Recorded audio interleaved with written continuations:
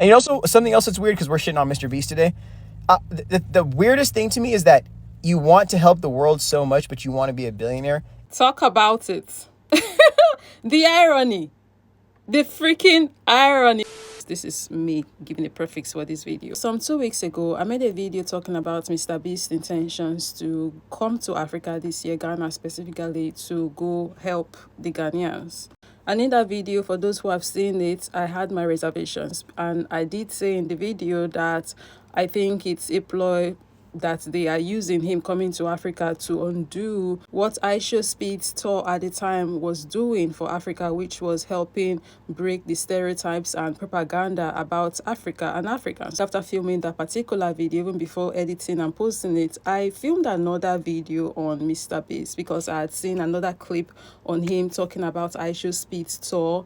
And he said something in that video I thought was, very interesting to me, and I had a take on it. But as at 2 weeks ago when I filmed this video, I somehow started having like this reservation, hence why I did not even edit the video or post it, because it may come off like I'm attacking the guy, and really my intention isn't to attack him in person. Plus, at the time, the take that I had and the way I responded to his video, which you are going to be seeing, by the way, I thought I was reaching.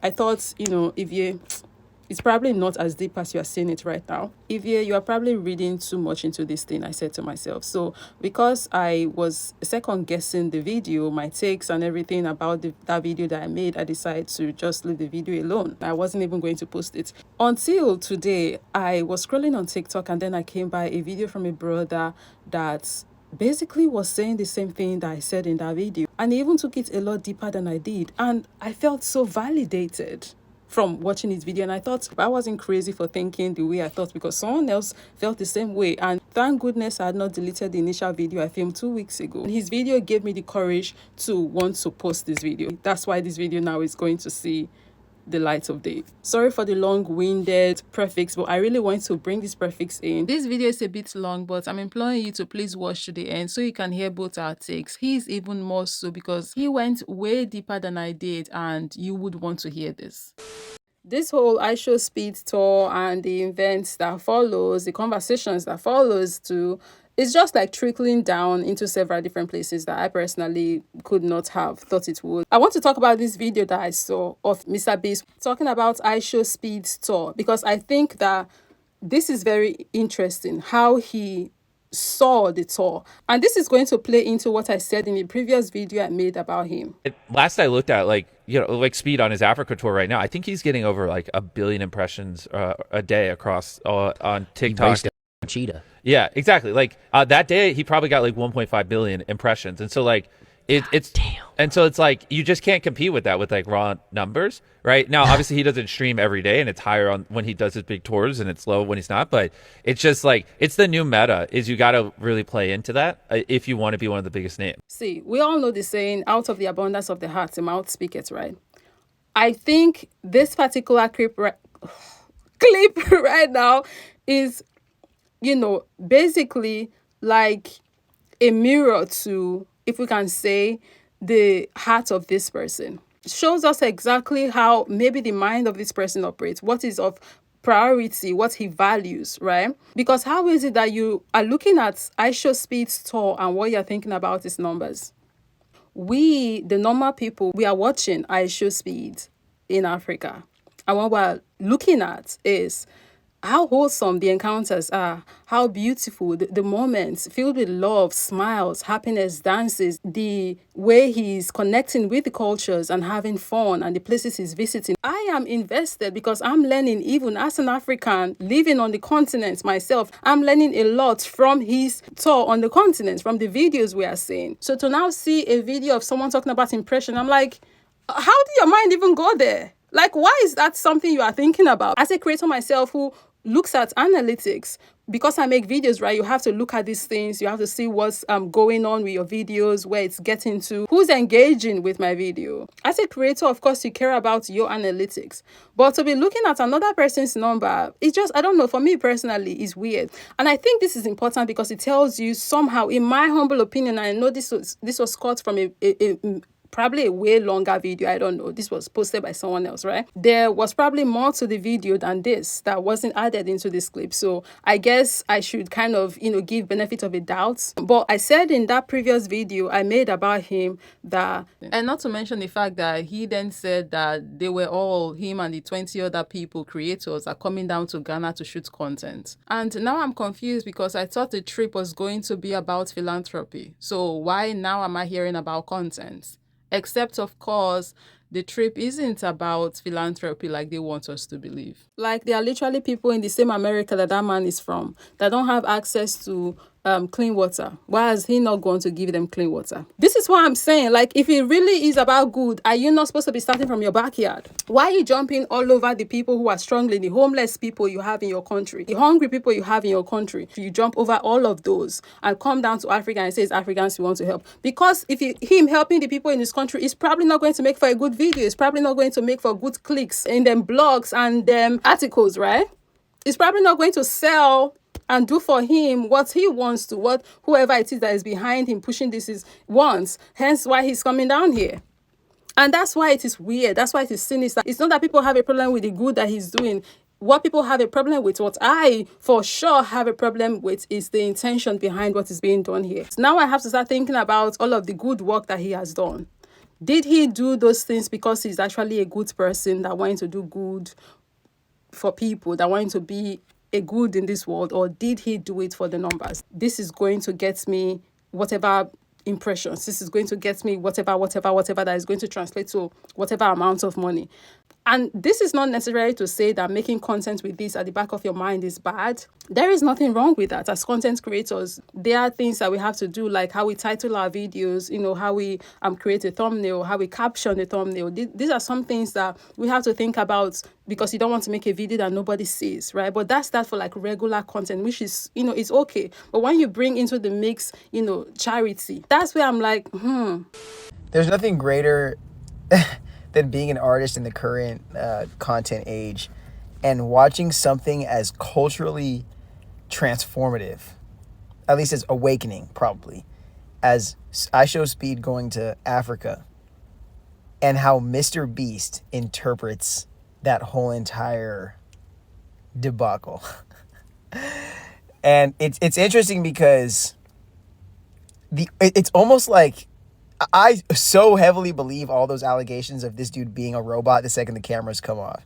Because somebody's saying, oh, well, look at Speed getting 50 million or almost getting 50 million subscribers on his Twitch account. And then Mr. Beast's response is, yeah, that's a very niche type of content. It's very hard to compete with that. But if you're trying to be a creator, then you should grow off and blah, blah, blah.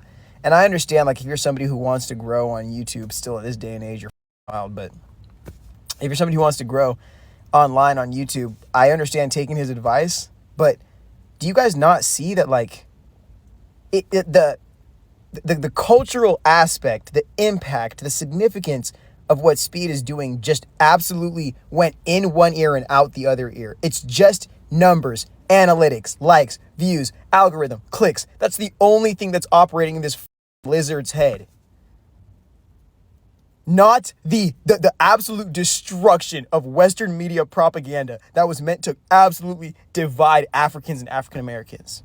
And that is because he doesn't care about that. Who even know at this point? He's probably even pissed that, the propaganda about Africa being backward and uncivilized and whatnot was being teared down by IShowSpeed. The poverty con thing, right? That's what they're playing into. But if the propaganda is being teared down or has been teared down, it's not going to work for him. So, this is all speculation and we're playing to the hypotheticals. I'm not accusing anybody of anything. I'm just saying. And that's probably why they are very quickly maybe arranging this trip so he can calm down and undo all of the stuff that IShowSpeed store did in breaking down the propaganda about Africa. Because really think about it, him coming down to Africa to come and help the Africans only creates buzz and news and views and whatnot for him if Africa still has that perception of poverty and backwardness and whatnot. He has an incentive to want to come down and undo all of that. That's probably why we and him saw that tour from a different light. That's why what we're thinking about when we're watching the tour was very different from what he was thinking about when he was watching the tour. This is going to be transformative in the next coming years, bro. The impact of this, especially if there are more, not only trips, but more opportunities derived from this moment. And I'm so glad that Speed's in the position with his career that he's in, instead of doing something like this when he was still really shucking and jiving for the algorithm, but now he's his own person and can decide what he does with his influence. It's beautiful when things come together like this, man. And I want you guys to remember, like, that a lot of the internet celebrity industry, like before, the celebrity industry used to just be about fame and fortune. Now the internet celebrity industry is just about engagement, analytics, and like numbers. It's not necessarily a bad thing, like I said in the initial video that I made, because as a creator, you care about these things. But it becomes problematic when that's the only thing you care about, when you let it, maybe, if I can say, take your humanity away to the point where you no longer have a limit as a creator, as a human being. You are now willing to do and or say anything just for the clicks, right? That's when it becomes problematic. And that's why I said in that video that if it's the reason, the analytics and the retention rates and the impressions and whatnot that is pushing this Mr. Beast guy to make the kind of content that he make and do the goods the way he does the goods them, right? That's when we now have to wonder, like, is this really good? Think about this, guys. People in the streets who are rapping about like drill music and street music, they're not even getting paid to do it. The only thing they're getting compensated with is likes and views on social media. They're risking their freedom, their entire lives, to get likes and views on social media that they won't even get compensated in legitimate money for. They're willing to get actual, like, felonies on their record for likes and views on a social media platform that's literally would not even compensate them in actual money for doing that, much less show them any type of validation or compensation to do something that's more positive in their lives. These people are just doing this shit for the fun of the game now. When it comes to the life or realm of social media, I'm not sure what to call it. One has to be very careful because it's very easy to get sucked into this very dark hole that is the obsession with the algorithm and, you know, gaining notoriety, if I can put it that way, or chasing clouds, that you could literally lose your humanity in the process. If you are not careful, if you are not well grounded on the things that really matter, it's very, very easy for you to get sucked into this very dark place. But I think social media has turned public media genuinely into what identity can I have for myself, and how much money can I get out of my analytics, my content, my strategy. And then how can I sell that to make more money? And then how can I also make partnerships to make more money and more money and more money and more money, and analytics, engagement, billionaire. Like, it's weird. And you know, something else that's weird, because we're shitting on Mr. Beast today. The weirdest thing to me is that you want to help the world so much, but you want to be a billionaire. Talk about it. The irony. The freaking irony. Like, bro. And this was why I said in that video that he's helping for his own notoriety. That's what it seems like to me. That's all he cares about. He's helping for the numbers. He's helping because of the clicks.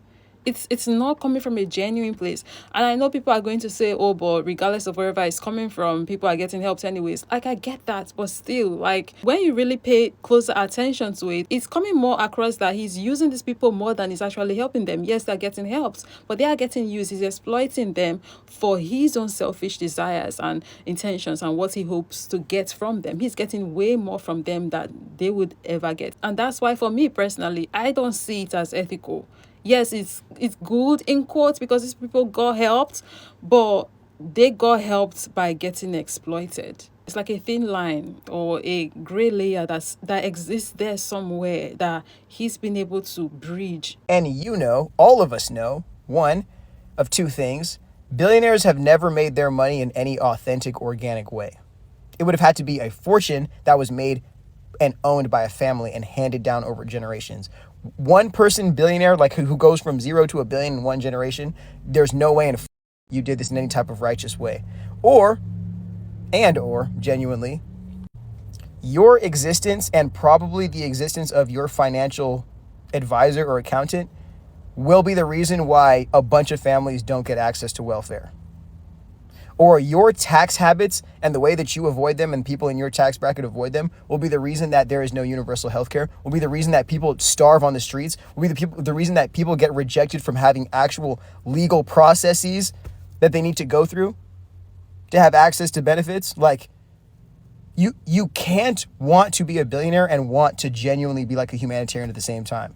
You have to choose to be a humanitarian and recognize that you'll probably never even be close to a millionaire, or choose being a billionaire and recognize that the existence of yourself is parasitic to a system that is already broken and cannot disperse funds properly to people because people with billions of dollars are choosing to hoard wealth and find loopholes to avoid taxes.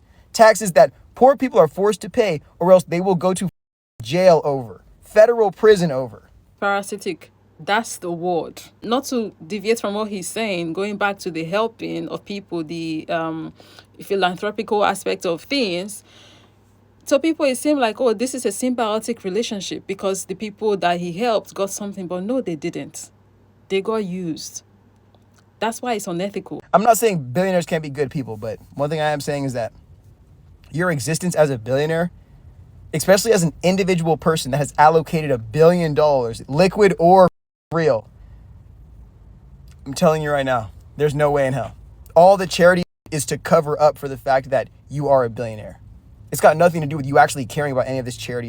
They do these things to create this, good allure for themselves. That's why they go around with the cameras and they go around with they're always letting you know when they do this stuff. I've never liked the idea, like I said in that video, of, you do something with your right hand and your left hand have to know about it. Like, I've never liked it.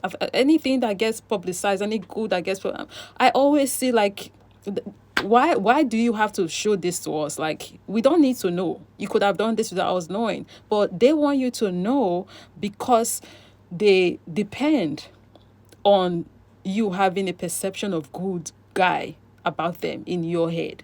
Because they know that people are already side-eyeing them, thinking about some, like, why do you have all this much? What do you need all this much for when people are literally dying on the streets? There's hunger, global hunger, and homelessness issues, and all of the other unfortunate, sad things that exist in the world. But they are hoarding all of this wealth, and at the same time, they want to come and say that they are good people and they care about humanity. It's not adding up. And it's hilarious that you came for Kai about his little not donating to your team water situation. You live in America. Have you not seen what poverty looks like in your own country? How about you try to do one of those initiatives in this country? That's why I said in that video, like, why is his good always going outside the borders of America? Oh, because no matter what you do for people in Africa or third world countries, no matter what you do, even if you walked over there and spit on them, they would love you and call you Jesus Christ.